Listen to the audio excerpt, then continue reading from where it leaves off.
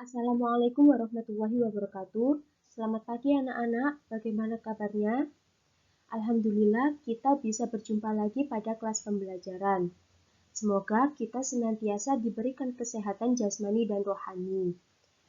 Baik, sebelum memulai pembelajaran, mari kita berdoa terlebih dahulu agar apa yang akan kita pelajari hari ini menjadi ilmu yang bermanfaat dan barokah. Alhamdulillah wa ala kulli niyatin sholihah. Al-Fatihah.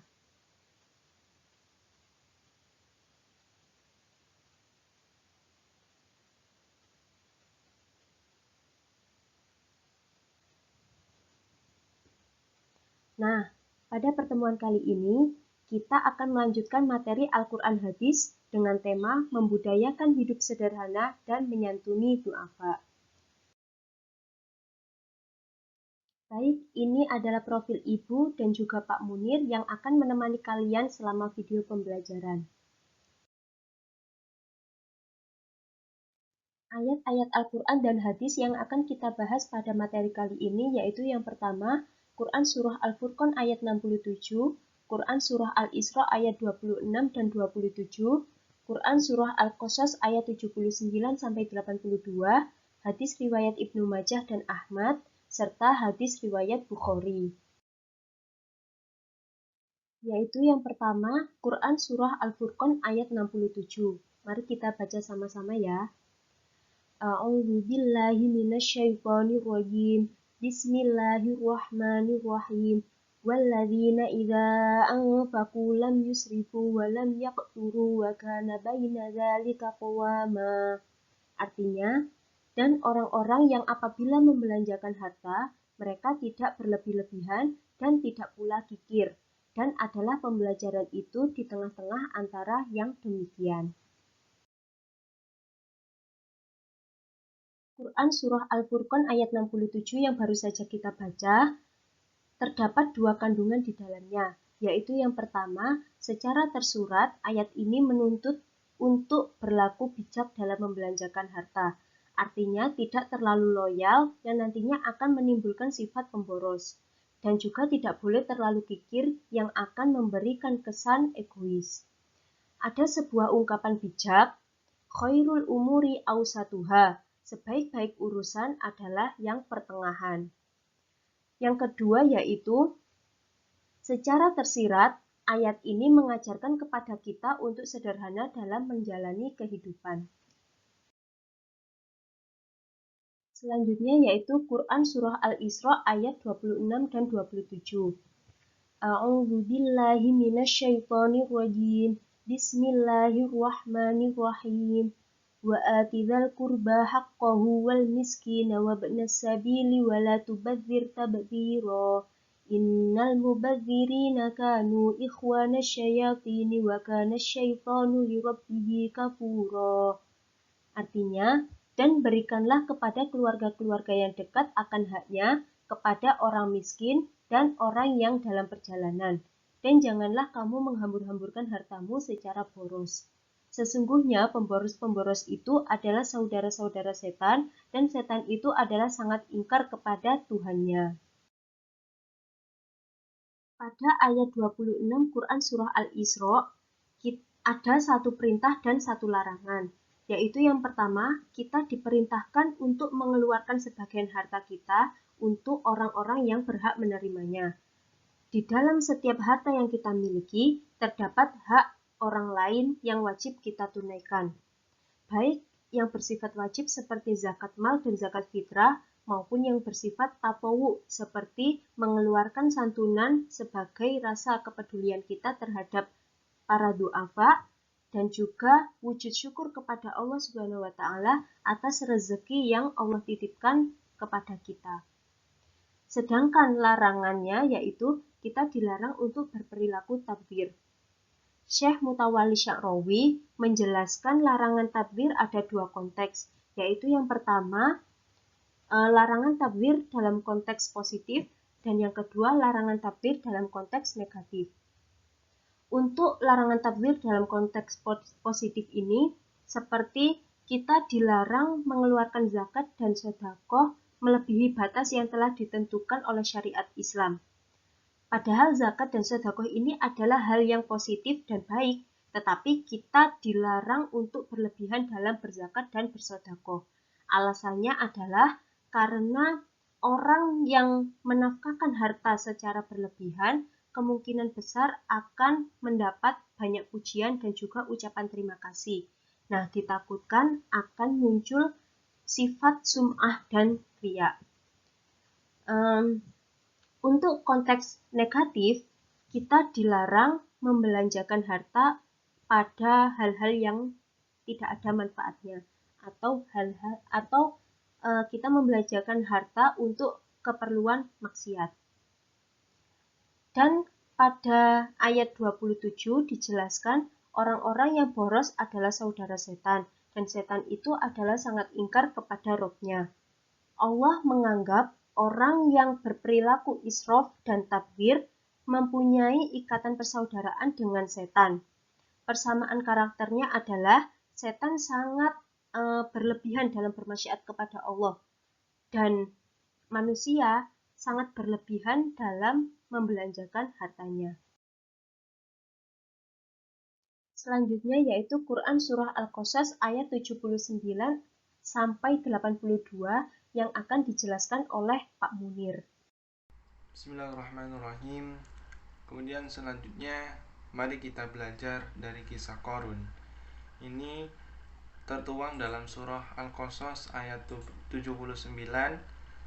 hingga 82 yang berbunyi A'udzu billahi minasyaitonir rajim. Bismillahirrahmanirrahim.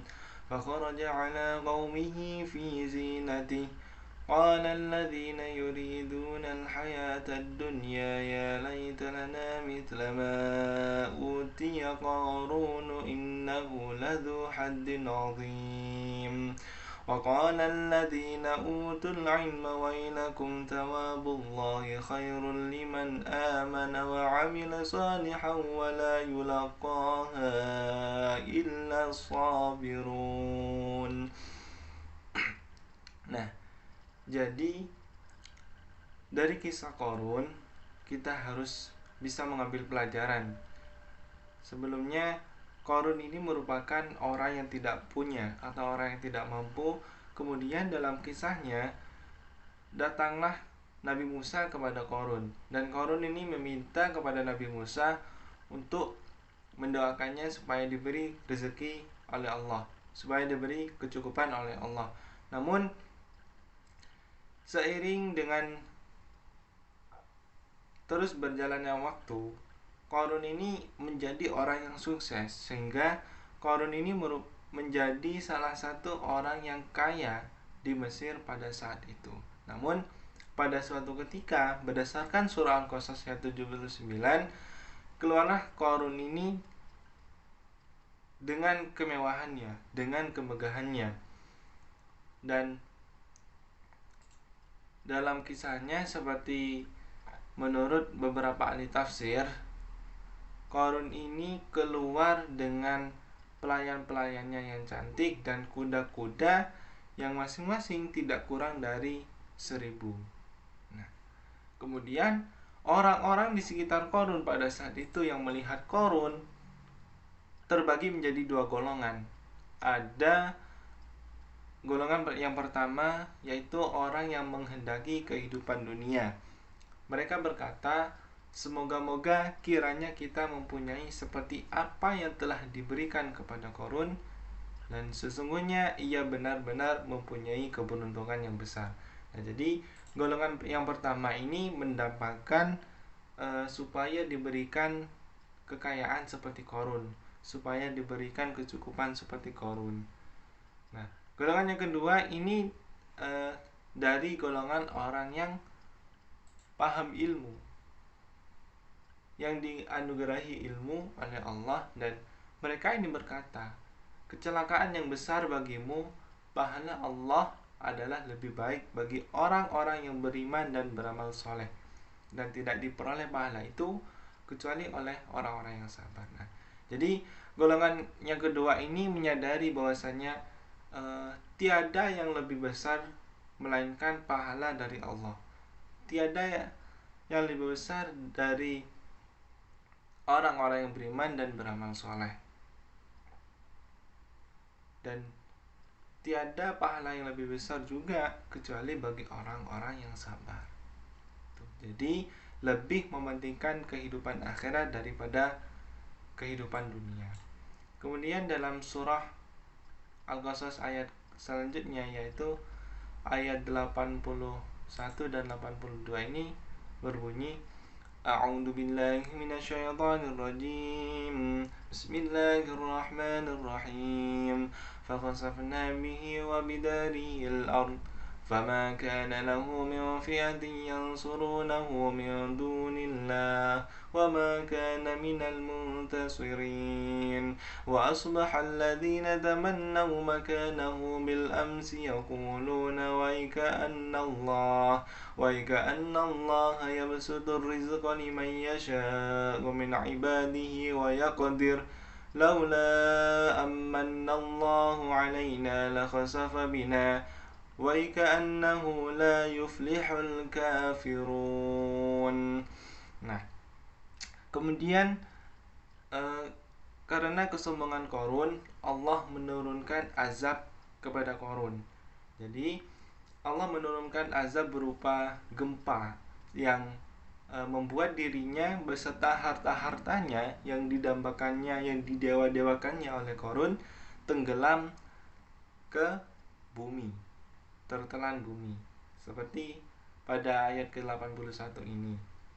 Kemudian orang-orang yang sebelumnya mendambakan kekayaan seperti yang dimiliki oleh Qarun atau golongan pertama tadi, mereka itu menyadari, mereka itu menjadi sadar akibat bencana atau malapetaka yang menimpa kepada Qarun, dan mereka itu berkata, aduhai, benarlah Allah melapangkan rezeki bagi siapa yang Dia kehendaki dari hamba-hambanya dan menyempitkannya. Kalau Allah tidak menimpahkan karunia-Nya atas kita, benar-benar Dia telah membenamkan kita pula. Aduhai, benarlah tidak beruntung orang-orang yang mengingkari nikmat Allah. Kemudian selanjutnya hadis riwayat Ibnu Majah dan Ahmad yang berbunyi, anna Rasulullah sallallahu alaihi wasallam marra bi Sa'din wa huwa yatawaddau faqala ma hadha as-sarafu faqala afil wudu'i israfu qala na'am wa in kunta ala nahrin jar.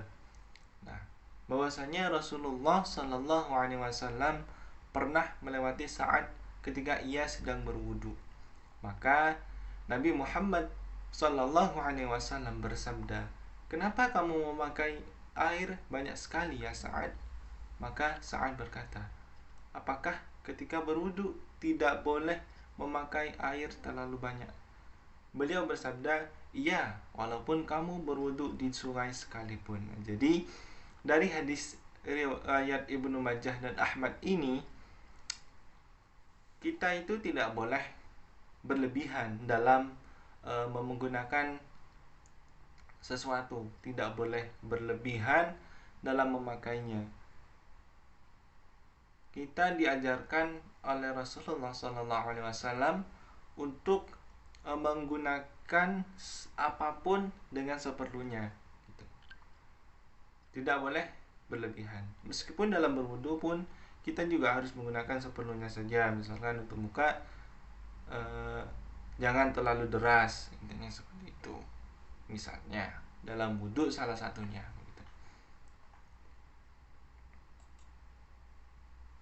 Kemudian hadis riwayat Bukhari yang berbunyi, al-yadul ulya khairum minal yadis sufla. Wabda' biman ta'ulu wa khairus sadaqah an dhahri ghina. Wa man yasta'fif yu'iffahu Allah wa man yastaghni yughnihillahu.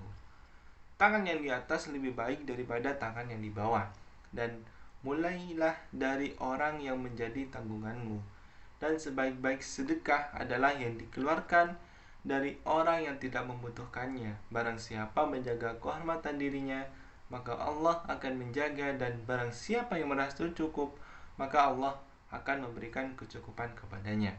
Nah, dari hadis riwayat Bukhari ini dikatakan bahwasanya tangan di atas itu lebih baik daripada tangan di bawah. Ini maksudnya adalah orang yang memberi kepada orang lain itu lebih baik daripada yang menerimanya. Bukan berarti memberi misal dengan tangan di bawah, kemudian yang menerima ngambilnya dari atas. Bukan seperti itu, tapi yang memberi baik dengan memberi dari atas ataupun memberinya dari bawah itu lebih baik daripada yang menerimanya. Dan mulailah dari orang yang menjadi tanggunganmu, seperti keluarga terutamanya, suami, istri dan anak-anak. Dan Allah akan memberikan kecukupan bagi orang yang merasa cukup. Dan bagi orang yang tidak ada cukupnya, misalkan merasa kurang, kok sedikit, nah itu tidak bersyukur. Nah, itu tidak akan ada selesainya. Tapi ketika kita merasa cukup dengan apa adanya, nantinya Allah akan memberikan sesuatu yang lebih dari yang kita butuhkan. Nah, dari kisah Qarun tadi kita bisa pelajari bahwasanya kita itu tidak boleh sombong, karena di sana ada juga hak orang lain. Kita harus bersedekah kepada orang lain, dan kita dalam menggunakan sesuatu tidak boleh berlebihan.